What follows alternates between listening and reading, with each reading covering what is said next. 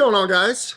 Today I'm going to talk about the best niches for 2025 for getting into the agency business, getting into SMMA, social media marketing, the entire thing. Now, this is probably going to be the most counterintuitive video that you've ever watched when it comes to how do you actually go and pick niches when it comes to SMMA and the agency game. Now, what I'm going to explain to you here is actually why you shouldn't focus on a particular niche. Now, this goes against every single thing that every other guru is going to tell you and that everyone's going to tell you online. A lot of people say, you should pick a niche. You should go and work with dentists or plastic surgeons who do boob jobs or guys that sell home improvement or home services or solar or dentists or plumbing or rhinoplasty or nose jobs or whatever it is. And that's not really the case. It's not how you go and build a successful business. About a year ago, I put a post on Twitter and I sent an email out talking about product development and business development. And in this email, I described this idea of the copy-paste business owner or the copy-paste entrepreneur. And successful businesses aren't necessarily fully built on your ability to copy and paste. Now, being able to copy and paste something is a really, really, really good way to get your first few $1,000. You pick a client, you pick an industry, and you just go and you move forward into that industry, and then you figure it out and you make a little bit of money. At scale, it doesn't work because success in this business requires something called creative problem solving. Your success is all predicated and it's dependent on your ability to go out into the marketplace and actually solve problems that make an impact for your clients and make an impact for the people and businesses that you're working with. Now, eventually in this business, in the agency game or in the consulting game or in the SMA game, you're going to have to eventually become full stack. Now, what does that mean? You're going to have to collect all of these different skills and you're going to have to collect all these different things in order to be successful. The reason I say that is because you can't be a one-trick pony. If you are a one-trick pony, you get dominated and you get beat by other people who actually put in the work, learn the skills necessary, and become full stack. So the best niche to go into, the best niche to target, the most profitable niche. Now, this is a two-part answer to this question. Number one, a good niche is one that pays you. When you start out, your ideal client profile, a lot of people, they do it like, oh, pick your ICP, and then you get kids that end up working, they end up wanting to do SEO for home storage companies or storage centers or like, it's just, it doesn't make sense. The best niche is going to be the one that pays you. The best niche is going to be the one that pays you the most. So how do you find that? Well, you have to go and you have to work with different companies in different industries, and you have to actually explore the marketplace in terms of what you're doing. Now, you might find success in doing marketing for dentists. You might also find success doing marketing for someone else, or plumbers or electricians or whatever kind of thing that you want to do. The common denominator here is you have to be working with people that have money. If you work with clients that do not have money, then it's going to be very hard for you to get paid. So it's really important that you understand the unit economics of the niche or the industry that you're going into. I see a lot of people say, okay, well, I want to do advertising for some sort of landscaping company. Well, once you do some research, and if you guys do research, because a lot of companies and a lot of business owners and a lot of entrepreneurs, they actually don't do market research, and this is a very easy competitive advantage that you can exploit. What ends up happening is they say, oh, well, I want to do this advertising for landscaping. Well, you realize that the average job on a landscape job, especially if it's residential, is going to be like $100, $200. Now, the amount of money, if you're going to go and charge $3,000 or $5,000 a month, which is what I recommend that you charge, even if you're just starting out, well, you need to put 20 to 30 jobs on the calendar and actually convert those leads with that advertising. So you're going to have to look at about a 3x. You're going to have to get 100 leads that month, and then it's going to require ad spend for the customer. It's going to require all these different things. And because you didn't understand the unit economics, it's going to get really, really difficult for you to actually go and deliver for this client, for this customer. They're going to get pissed off. They're going to fire your ass, and then you're going to get cooked. So my job here is to make sure that you don't get cooked. So you really have to understand whatever niche that you're going to get into, make sure that you do your research and you actually genuinely understand the unit economics and the macro and microeconomics of the industry and of the niche. Know what the average job size is. Know what the ROI is going to be on your service. I made another video where I talk about ROI selling.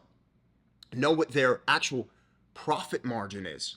Because when you're targeting businesses or when you're talking to businesses, recently we had a deal, $15,000 deal that we were trying to sell, an agency deal, and we ended up actually getting the deal moving forward. But the main issue is that the price was too high based on what they were making. And their unit economics, where they were doing $3 million top line about per year in revenue, but their profit margins were under 10%, which means they're making $20,000 to $30,000 a month net profit before they even pay themselves. Now, this is a massive issue. That means we have to make sure that because the value of the dollar to them is a lot higher, even though they have such high turnover, they're making millions of dollars a year, they don't really have any money left over.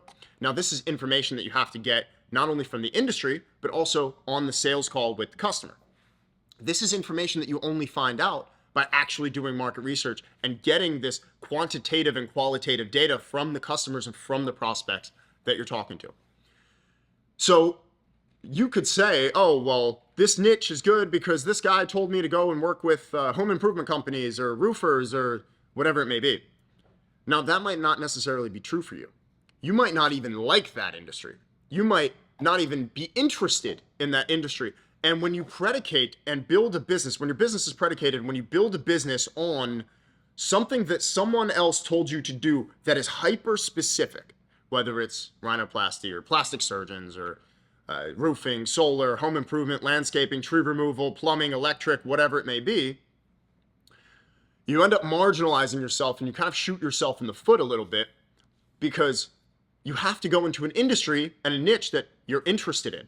When I first started my agency back in the day, I worked with fashion brands and luxury brands because I was doing runway modeling at the time and because I knew people in the industry and because I knew the industry and the unit economics of the industry inside and out.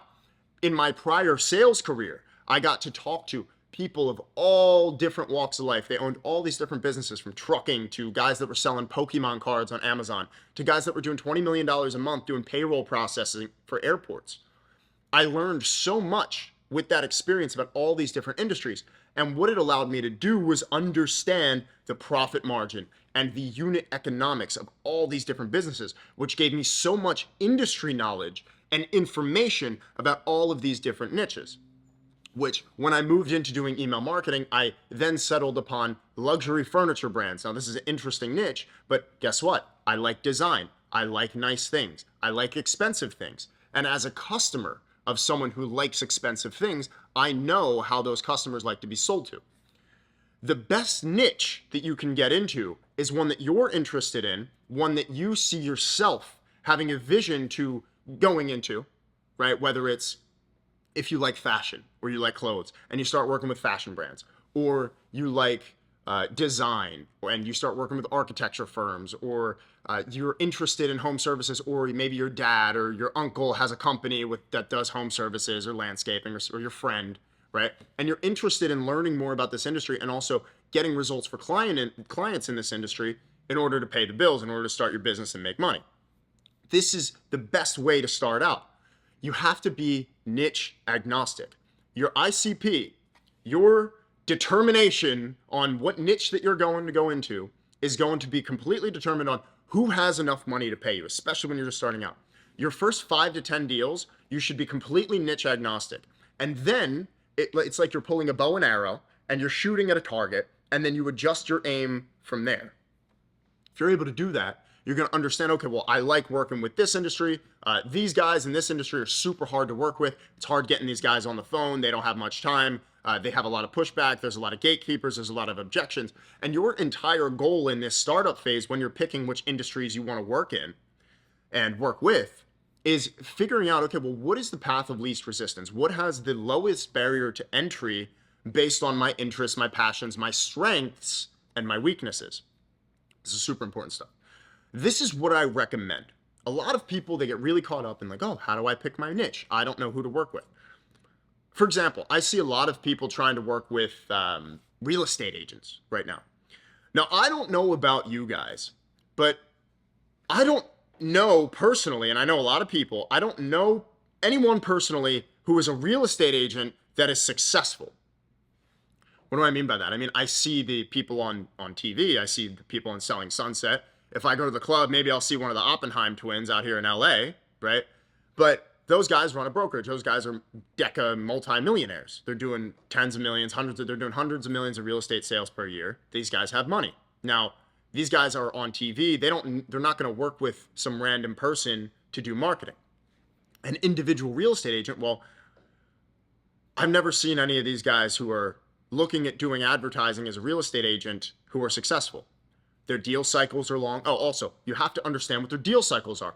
Are their deal cycles long? How long does it take to buy a house? Well, you have to understand, if you're going to work with real estate agents, what is the sales process of a real estate deal? You have to be able to speak their language, which is also important for every single industry that you're getting into. The reason I use real estate agents as an example here is because I've never met a successful real estate agent who is going to start running advertising. A lot of real estate agents are broke. And if you're cold calling real estate agents saying, hey, I can get you more leads, then that means that they have a sales problem. They have a bottleneck problem on their leads, which means either they're not doing enough cold calling, they're not doing enough door knocking. They have an inherent issue. And if they are needing these leads, if they're willing to spend money on marketing, it's not going to be that much money. It might be $500. You can't really help them. They're in a position where they don't have much money. These are a really bad person to work with, or a really bad archetype of person to work with, just simply because they don't make any money yet. And once they are making money, I don't know if they're going to be necessarily investing all that money into advertising, especially with somebody who's just starting out. So you have this scenario here where it becomes the blind leading the blind. It becomes you're just starting out, and then you're working with somebody who doesn't know if you're going to be able to get them results, and they're kind of banking on you to get them results. It's a very bad place to start out in business. And then a lot of people who start this business, they end up quitting because they end up eating shit for like a month or 2 or 3 months, and then they get no results for their clients, or they are unable to sign clients because their offering just doesn't make sense to them. So these are things to watch out for. And I really want to make this clear here. The best niche is the one that's going to pay you the most. You want to avoid people who are struggling. You want to avoid clients that are struggling. And the biggest issue that I see is that people, they get into this business and they really don't understand the actual money behind it. They don't understand the unit economics of the business. So the best niche is going to be the one that pays you the most. When you get started, you want to be shooting shots with every industry. You want to be working with people from all walks of life. Maybe you even do try working with a real estate agent, and then you realize, oh wait, David was absolutely right with everything that he said in this video. This is super important. Next, the industries that you work in, you have to collect something called reference experience. Feedback is the easiest way to start getting results, the easiest way to make sure that you're on the right track.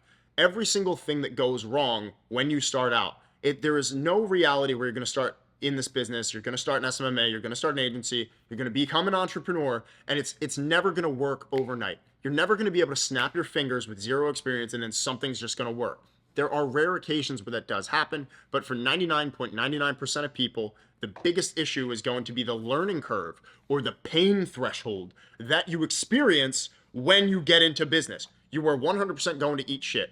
I remember back in the day, this is 3.5, 4 years ago now, I was sending Loom video pitches on email, and I was in my old spot back in Philly, and I was in my apartment, and I was like, oh wow, these videos look great, I'm sending these pitches, and now looking back, I'm like, wow, that was garbage. We all struggle in the beginning. It's harder to land clients in the beginning than after you're already established. Everyone knows this. You need to become niche agnostic. You need to fire and shoot as many shots as possible. Outreach is non-negotiable. Picking up the phone and dialing direct one-to-one sales is going to be the easiest way to start getting your clients. You got to use the stuff that I teach, whether it's the cold calling, whether it's the way that you look at the industries, the way that you look at the marketplaces. And when you actually go and pitch these people, you need to use the competitive advantages that exist. You have to learn how to sell. You have to learn how to talk to these customers. You have to learn how to go through this entire process of procurement, of client acquisition, and make your offers make sense to as many different industries as possible, because there is going to be a fundamental denomination, a common denominator of people who want the same thing. Home improvement, solar, plumbing, electric, all of these guys, even if you understand the unit economics, all of these guys that you're talking to, well, your pitch is going to be like, hey, I have this thing that's going to help you make more money. Even if you say that, it's all determinant on how you say it and how you pitch it and how you go about it. That is going to be the difference on the successful versus the unsuccessful. We do not live in a world, it's going to be 2025 soon. We do not live in a world where you can go and you can copy paste an offer, you can copy paste something some other guy is doing who says that he's doing 30K a month, and it's going to work gangbusters for you. It's not going to work like that. You have to solve creative problems. All of these different customers, sure, there's going to be different common pain points. There's going to be different common things within different niches because they have a meta, right? Now, I want to quickly explain what I mean by that. The meta that exists, okay, so you have these different buckets, right? You have e-commerce, these are called superstructures. You have e-commerce, you have the home services, the home improvement, right? Home services tend to have a higher average order value or an average job size more than someone selling t-shirts on the internet, right? If you go and you're a marketer and you work with clothing brands, well, then you need to drive higher volume. If you work with home services, then you need to drive quality and lead quality. So it's not necessarily about the volume. You could get them 1,000 leads, but if one of those leads converts, then they might not be happy. It really, really, really depends. There also might be issues when you work with a certain niche where there is something going on in the background where their sales process is messed up, right? Where you eventually are going to have to come in and be full stack, and you're going to have to help them on their sales process, and you're going to have to consult for them, and you're going to have to solve other problems. Now, I know this is a lot of information. I know that it's counterintuitive. You want to work in as many different marketplaces and as many different niches as possible. Once you do that, you're able to adjust your aim, and you're eventually going to get on target and understand, okay, there are going to be these niches that I like, these niches that I want to work with, and these guys I get the best results for, and they pay me the most, which in turn becomes your best niche. Now, that's how you do this stuff in 2025, creative problem solving, and this is how you start the business. There's not going to be a business where you're going to be able to copy and paste an offer and it's going to make sense for you in the long run. It might make you your first few grand, but the best way to do this is what I'm saying in this video, and that's how you do everything moving forward. Go ahead, click the link in the description if you want access to some free stuff. And guys, I hope you get a value out of this, and I will see you in the next video.